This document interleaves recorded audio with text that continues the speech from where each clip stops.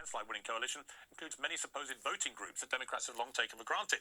But one of the biggest lessons they will need to learn is that demography is not destiny. Black voters aren't a monolith, and neither, for that matter, are men and women. Trump made huge inroads with black voters, and in the end, the first black female candidate for president fared worse than Joe Biden. The number of women voting actually increased as a share of the electorate, but a potential first female president got just 53% of their votes, the worst result for a Democrat in 2 decades. And despite the prophecy that a comedian's bad joke about Puerto Rico would cost Trump the White House, Trump ended up with 46% of Latino votes, and won with Latino men by a whopping 12 points. That's a new dividing line in US politics. It's not black or white, nor right or left, but right or wrong. To debate that, I'm joined by host of the Candace Owens Show, Candace Owens, and the host of Bet News, Professor and author Mark Lamont Hill. Well, Candace, let me start with you. It was a stunning set of results. But one of the more stunning things to me is that after years of being assured by the left that Trump's the worst racist to ever run for president, you saw so many black and particularly Latino voters racing to vote for him. Why? Yeah, I knew that was going to happen. That was a big part of my prediction, was that especially black men, you could see that they were turning away, especially after Barack Obama was really patronizing to come out. You left your Martha Vineyards estate and decided to roll up your sleeves and inauthentically tell the brothers how they have to behave. You know, I think it's one of these things where you just can't keep doing the exact same thing all the time and not expect people to wake up to your patterns. And it has been a very long pattern of them speaking to people in a manner in which they're essentially telling them that if you don't do this, it's because you're a racist. If you don't do this, it's because you're backwards. If you're a black person, it's your duty to behave like this. And fundamentally, that is racist, right? When you're not even actually saying anything based upon her policies or talking to people as if they're individuals who are having their lives impacted by their bad policies, but rather saying it's incumbent upon you as a woman to vote for her because she's a woman. It's incumbent upon you as a man to vote for him because you're black and she's going to be the first African president, which she wasn't. And so I think, and I think I've been proven correct here, the celebrity endorsements really hurt them this time around. It felt very cheesy, especially because she wasn't voted for, right? So she had 107 days. She didn't even campaign. They just it was a coronation more than anything else. It's a coronation. We've picked her for you, and you will do as we are instructing you to do and vote for her because, look, we have LeBron James and we have Beyonce, and that's what you know to do when Taylor Swift gives you a post. I think ultimately they insulted a lot of their voters. Yeah, I mean, Mark Lamont Hill, I really feel that this time. You know, whether it was Jennifer Lopez lecturing Latinos, this is, you can't vote for this guy, or Barack Obama telling black voters, you've got to vote for the black candidate, Oprah, George Clooney, out they come, you know, as it did for Hillary Clinton, but it didn't work for her, and it didn't work for Kamala Harris. And I do feel like Candace just said, I felt it actively deterred people. I think it drove them to go and vote against what they saw as a kind of celebrity, multimillionaire elite. What do you think of that? Well, you guys made a few points I'd like to respond to. First, I don't know if celebrity culture or in the wave of celebrities deterred people from voting. I'd rather rely on the data for that. Until I see the data on that, I don't want to make a determination. I think that voters in general want to be spoken to about policy issues. I think they want to be engaged about the things that matter in their lives. But Barack Obama also had a ton of celebrities, and it did work. You know, I think if people like you, celebrities are an added bonus. If they don't like you, if they don't want you, celebrities hurt. I don't think that's the issue here. I think more fundamentally, the question of whether you should vote for somebody because you're black or because you're a woman or whatever is a little more complicated than has been suggested. I think that the message that I would give to somebody is never vote to support somebody because they're black, right? I would never vote for a candidate because they're black, but I will vote for a candidate because I'm black. In other words, I will vote for a candidate that speaks to my interests. And I think it's okay to say to people, hey, there are some things that affect your community, and this candidate is better for you. The problem is we should not presume that because someone is the same race as you or the same gender as you, that they have your community's best interest at heart. I do think in the case of Kamala Harris, though, an interesting thing happened, right? They were basically saying women's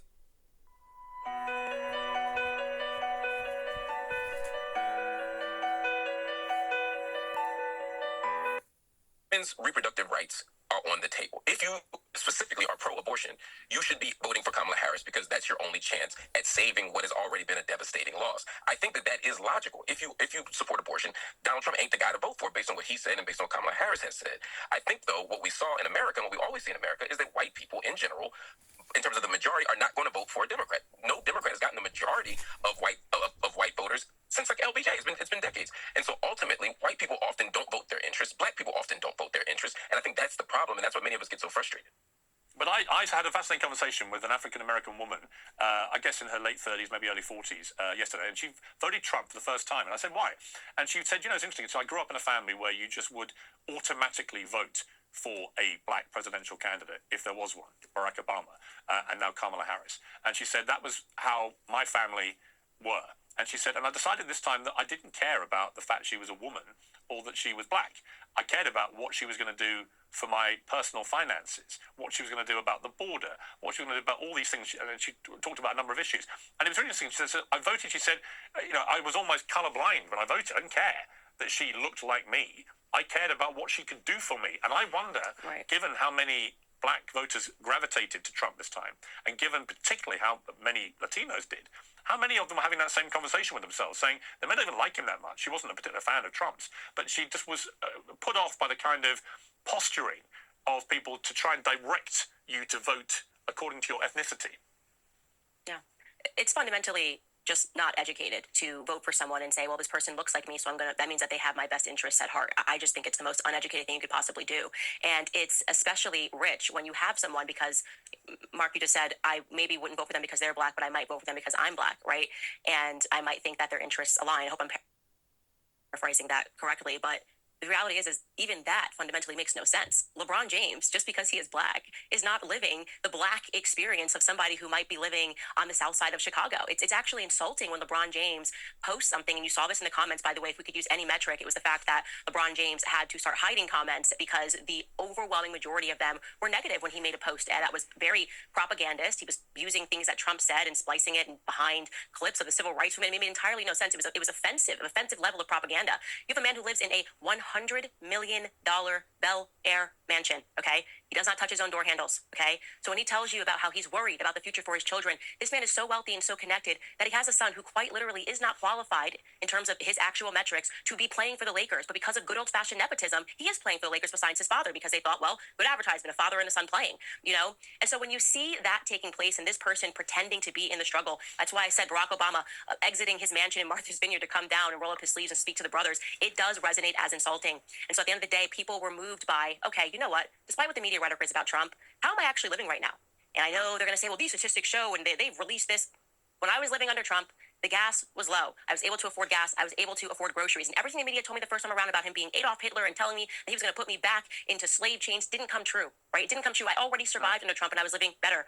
And so there was this common sense element, and I knew that was going to happen. And it's beautiful to see. It's beautiful to see people say, I'm not going to respond to that sort of a rhetoric anymore. I'm not going to vote because I'm a woman or because I'm black, but I'm going to vote what actually makes sense. Yeah, Mark, you're shaking your head a lot there. Why? Well, to the first point, Candace, you may not have heard the second part of what I said. I said, I vote for someone because I'm black. I said, but I also added, I don't presume that because someone shares my color that they represent my interests. So I don't assume that the black person is the best person to represent the black community, or that the woman is the best person to represent women's interests. I added that part as well. So we're actually not in disagreement there. I think it's really important to look at the agenda. I have voted in the past for old white men, old white ladies. I didn't vote for Barack Obama when he was on the ticket in 08 as a Green Party member, because I thought that the white woman who was running against him, or at that point actually a black woman, had a better chance of meeting my issues. I voted for Jill Stein instead of Hillary Clinton. There have been moments where I don't make that alignment, but I do think we have to vote based on our collective community interests. I think it's interesting, though, that to say someone like LeBron James can't speak for the conditions of a poor person or the everyday black experience of the person struggling in America, if we make that argument, because he's a near billionaire, if not a billionaire, then it would be really hard to make the argument that Trump has the ability to speak for the average Joe. It's sort of interesting that Trump's whole candidacy, his whole campaign has been based on saying, look, his whole candidacy is saying, his whole campaign has said, look, I know what is best to heal America. The people who are working in factories, when he goes down to places like Ohio or Pennsylvania, I've literally stood there as he said, I can get you back working again. I know what you're going through, and I can fix the economy for you. And hear me out. Yes. I'm not saying that's wrong. I'm not saying that's wrong. I'm saying that if you have $1 billion, you might be able to do that, although I hate billionaires. And if you have no money, you might be representing the interests of the rich. Again, we can't assume a one-to-one correlation between people's own identity and status and what they're representing, because when we do that, we make a lot of dangerous assumptions. So I'm not going to reject LeBron James because he's rich. I'm going to reject him if I were to, because I don't agree with his argument, similar to Donald Trump. I happen to agree with LeBron James, though, in this particular case, that Donald Trump did not best represent the interests of the people. But while I don't think identity politics should govern our decision-making process, I also don't want us to be naive either as a nation. I don't want us to assume that nobody rejected Kamala Harris because of her womanness, or nobody rejected Kamala Harris because of her blackness. And the reason why I say that is because when we look at the campaign trail, when we look at the surrogates for Trump and other people, or people who just don't like either of them but are still calling Kamala Harris a whore or a slut or the N-word. I mean, these are things that absolutely suggest that misogyny and misogynoir play into it. Candace, you want to respond? Yeah, if I may respond, first and foremost, Trump has never tried to say I am a blue collar worker, so that's just completely wrong. He actually leans into the fact that he is. Well, you correlated him to LeBron James, and you said, well, he does the exact same thing that LeBron James is doing. No, LeBron James pretends that he is living a struggle. Trump does not. Trump says, I'm rich, I run a company, and I can help you get rich. He literally makes jokes about the fact that he's rich when he's at these events, and he's tossing jokes about, I'm a billionaire, I've done this. Like, he is the New York City stereotype billionaire who basically says, I've run businesses, and I'm going to run this country like a business, and I'm going to lift you up, and I understand how trade works because I've been running a business. So I just fully reject that he's somehow cosplaying a blue-collar worker. Blue-collar workers are responding to him because he speaks in a way that they believe that he's going to uplift them. That's great. I'm happy we agree on that point, but you did try to correlate him to LeBron James 5 seconds ago, and that's just not the truth. But to respond to your point, because this has really bothered me, people pretending that those who have told the truth about the fact that Kamala Harris did sleep with Willie Brown and was not warranted to the position that she has as district attorney, pretending that this came up because she's running for president or because there's some element of misogyny, that is patently false. It was actually leftist newspapers at the time that she was running in Los Angeles. I pulled up these old articles in the San Francisco Chronicle who were scandalized. They felt that it was a scandal that she was being given so much power, that she was being put on boards that she did not deserve to be put on, and that she was being given those positions and making all that money not based on her merit, but because she was having an affair with Willie Brown. Again, these were the leftist San Francisco articles that were covering it at this time. You can go back, way back machine it, and read those articles yourself. So people point to the fact that she was essentially coronated because of who she was sleeping with in the past, and then now is essentially just being handed another position, not because people voted for her. I think it's relevant to the discussion of whether or not she is qualified for that position. That's fine. And the last thing I'll say is that I found it to be really alarming and borderline satanic in the manner that they ran to women and said, well, this is the election that hinges upon abortion. And I'm not saying this even as a critique of people that are pro-choice. I actually think they moved away from pro-choice. They went like pro-death. It was very bizarre. It wasn't like, the typical we are pro-choice and you are pro-life. They essentially were coming to women, and their only basis for saying to vote for her is, well, the only thing women could possibly care about is whether or not we have the authority to, murder our offspring. I don't think that actually resonated even on the left. They're not that radical on the topic of abortion to make your entire platform hinge upon it. And I think that's the reason why so many people who otherwise are okay with the pro-choice movement, we also saw in those exit polls, moved away. Women moved away totally from the Democratic platform. I think it was a big mistake to hinge an entire election upon the topic of abortion in the way that they did. Yeah, Mark, before you respond to that, what I would say about that, and I was discussing this on a BBC interview last night, is it seemed to me there was a real inconsistency, if not hypocrisy. On the one hand, Kamala Harris wanted to make the whole thing about, I represent women's rights, vote for me and I'll protect women's rights, and using abortion as her reason for that and bringing back abortion rights and so on. And that's fine, except that at the same time, she has also been actively promoting the issue, for example, of trans athletes in women's sport, which most people can see is an erosion of women's rights. It's unfair, it's unequal. Last week, the United Nations said that 900 medals have been deprived from women athletes by trans athletes competing against them, which is obviously completely outrageous. And we saw the scenes in Paris where boxers with male chromosomes were literally beating up women in front of the world. I mean, the whole thing was grotesque. I don't know how the Democrats could consistently say to women, we are here for protecting women's rights, when at the same time they're advocating a direct attack on women's rights. Yeah, I want to respond to the point that Candace made prior. Again, it wasn't me pivoting or shifting my position. I wasn't suggesting that Donald Trump or LeBron James were cosplaying. I'm saying that neither is cosplaying. I think my point is not that LeBron James is a legitimate poor person. My point is he's a rich person who is able to speak to the experience of a poor person, someone who was dirt poor at one point, and now he's pivoted. That's what I'm saying he's doing. And I'm saying no matter what class position you're in, if your politics are right, then you can speak to the issue. That's all I'm saying. I was never suggesting the thing that you were representing me to have been saying. It sounds like it was just a miscommunication. So I actually don't disagree with you on the big point. As far as the race piece of this, or the misogyny piece of this, pointing to a left-wing newspaper and saying, well, look, it's not misogyny. A left-wing newspaper was questioning this. Left-wing newspapers are misogynist. Democrats are misogynist. Misogyny isn't a right-wing problem. It's a universal problem. So just because it's in a left-wing newspaper doesn't nullify But it's a valid critique. I'm sorry to cut you off. I don't like to cut you off, but I just want to say, do you not think it's a valid critique if somebody is given a job, not because they're qualified, but quite literally because they are sleeping with someone who gave them the position, which, like I said, caused a firestorm at that time? Do you not think it's a valid critique to say, well, they weren't even qualified to be the DA, and now all of a sudden they're trying to tell you that they're qualified to be the president of the United States? Don't you think that's a valid critique, setting aside misogyny?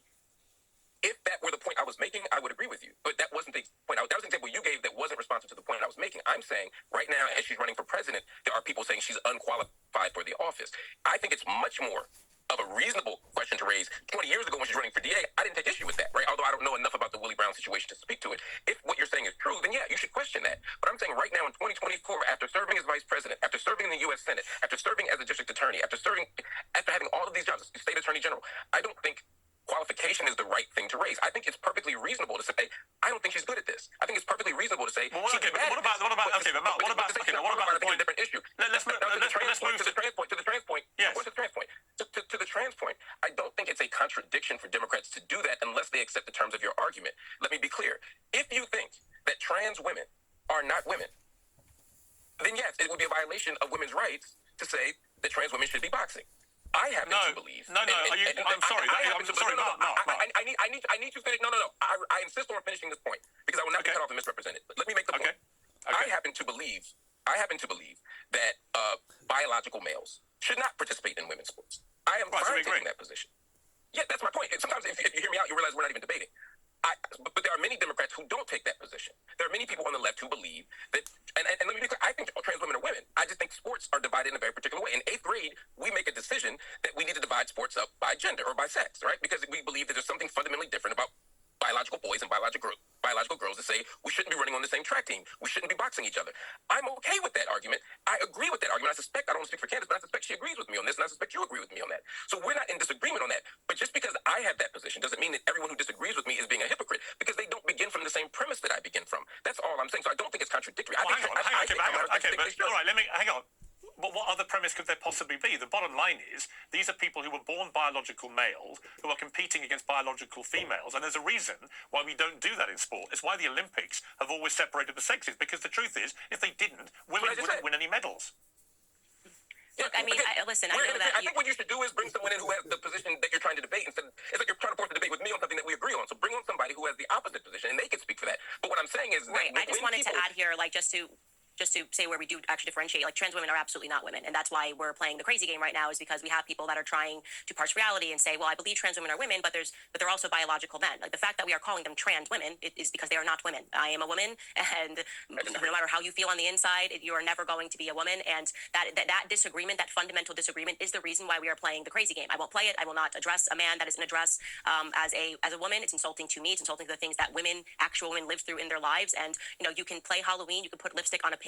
It is still a pig, and it is just Halloween. So I just feel very strongly about that, and I wanted to make that clear. And that this is a large part, though, Peirce, going back to your point of why, because my sisters were on the left, and this is the first election that they voted for Trump. They're from Connecticut, dyed-in-the-wool Democrats, I guess you could say, and they moved away. And the trans issue was the number one reason that they did. Yeah. What they said was happening in the school system made them fearful. They have sons. They thought it was completely crazy and bizarre that they're insisting upon trying to make toddlers. My sisters have toddlers believe that they can be anything that they want and that they're non-binary. They truly believe the left has gone crazy. And they say, I didn't leave the left left me.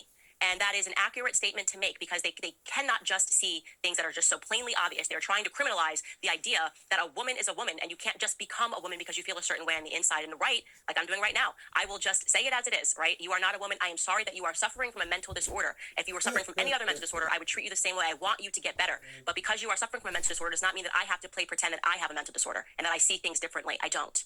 I mean, Mark, I'll let you respond directly to what Candace says there. Well, let me just point out one thing. Let me just point out one thing. There was a New York Times report today that said that one of the most effective Trump ads during the presidential race towards the end was the one where he had Kamala Harris saying, she'll call you they, them, I'll call you, you, or whatever it was. And that turned out to be, to the Trump campaign team's surprise, one of their most effective ads of the whole race, apparently, which suggests it is a much bigger issue than some Democrats clearly want people to think. I saw Joe Scarborough on this yesterday, very vocal, saying this trans issue has gone completely wrong. The Democrats should not be supporting this kind of thinking. And Bill Clinton, apparently, according to the New York Times, he directly tried to get the Democrats and Kamala Harris and her team to understand that they had to come out against this, but they didn't. And that is, I think, a big problem, particularly, as I say, the reason I think it's a big problem is if at the same time you're trying to say, I'm the person protecting women's rights. One of the reasons why so many women didn't vote for her may be because they just didn't buy it. Sorry, if you did, you wouldn't allow this. I'll respond to all those points. I think they're interesting points. I think, one, I'm not sure anyone, and again, I need to see the data to speak to this, just as we all should. I don't think anyone is voting for the president based on this issue. It could be an issue that tips the scale, but I think most people aren't voting for president based on this issue. I just don't think it's the priority issue of most people. Mothers are. I do. Again, they may be. I'd like to see the evidence of that. I can't say definitively one way or the other, but it's never happened before in any election, so this would be the first time. So if it's true, just show me the evidence, and I'm happy to learn from it. But to the bigger point here, I think that we can say, when I say women, I'm including cisgender women, I'm including transgender women. When I say women, I'm including all of their experiences. When I want to protect women, I don't just want to protect Imagine joining a trading event that introduces you to tools so powerful that they change the way that you approach them. Protect cisgender women. I want to protect transgender women. When it comes to sports, for me, it's about a competitive advantage. If someone were a cisgender woman, which we've seen before, that had high levels of testosterone, but were not trans, just had high levels of testosterone and gave a competitive advantage, I would say they also should not compete. It's not their transness. It's about keeping a level playing field. And I believe, as a general rule, and there might be some exceptions, but as a general rule, a person who is a trans woman in particular, we see this actually on the converse when trans male boxers attempt to compete with cis male boxers. The trans women lose. They lose badly, and honestly, I worry about their safety and their health. So it's not a safe playing field. But that doesn't mean that to acknowledge the womanness and the humanity and the fundamental dignity and legitimacy of trans identities is to play make-believe or to play fairy tales. I think we can acknowledge their humanity. And most Democrats, most Democrats, I think, who I speak to, and again, I'm not a Democrat, but I'm on the left, most Democrats, I think, share the position I have. I don't think most people, at least in my neighborhood, my community, I'll talk about black people in particular, think that trans folks should be playing in sports, right? In ways that create competitive disadvantage. Well, let's agree on that. Okay, hang on. We've got about 3 minutes left. Candace, I feel so strongly about this. Yeah, I just feel strongly about this. I think you've made your point strongly. I just want to ask you, with just a few minutes left, what do you want Trump to do? He's got an incredible mandate here. What would you like to see him do, Candace, to really transform America in a positive way? Yeah, absolutely. Everything that he promised he would do. Secure the borders. I want him to get the illegals out of this country. It fundamentally is hurting the workers, particularly the blue-collar workers, is hurting black Americans. It's why you saw men moving away from this. And obviously, Latinos are upset about it as well. To try to conflate being a legal Latino citizen with being an illegal, I think is something that has been upsetting to people. I very much want him to go after the deep states. I know I saw peers that you tweeted, and many people have this sentiment, like, we should take the high road now. We should walk away from this. We shouldn't go after Hunter Biden. I think it's the exact opposite. He took the high road in the first time that he was in office, and look what they did to him afterwards. We need to root out this corruption and truly go after the Department of Justice, because if they will do this to a sitting president, how safe does an American feel? I want him to instantly, on first day in the office, to take care of Edward Snowden and Julian Assange. To issue them both the pardons. And I want to make sure that the people that are around him do a very good job at deregulating this economic environment. I look forward to seeing what RFK Jr. does to the CDC. He has been onto them for a very long time. Absolutely collapsed Big Pharma, what they did throughout COVID, the bureaucratic state that was a warning to what will come if we allow the state to continue to grow. And he's got to fundamentally shrink government, secure the borders, and root out the corruption of the Department of Justice and the deep state. And Mark, we've got about a minute. What would you want him to do? A bunch of stuff that he's not going to do. I'd love to see him hike the minimum wage to a living wage. I'd love to see him cut off funding to Israel. I'd love him to restore full funding to the Palestinian people through UNRWA, and in fact increase that funding. I'd love to see him sign a reparations agenda. I'd love to see universal health care for all. I'd love to see student debt forgiveness. I'd love to see him, jump back into all the international climate agreements that he's pulled out from in the past and commit to staying in them. And I'd love to see him have a humane border policy. We may disagree on what humane looks like, but we absolutely need one. So I'd love to see him do all that stuff. And if he does all that stuff, I will fight for a constitutional change and give him a third term. That is so sweet. Just wanted to get you something nice. Yeah, I'm gonna eat this tonight. Okay. I also wanted to ask your thoughts on the video of Donald Trump working in the McDonald's. Thank you for your question. Now let's just get right down to the point. Okay. Now you and I both know. Come on. Let's talk about it. You and I both know that Donald Trump is an unserious man. Okay. Who is more concerned about, political gain than the American people. You want to go and close down a space just for optics to continue to try to beat me down. Okay. When the true strength of a leader is not based on who you beat down,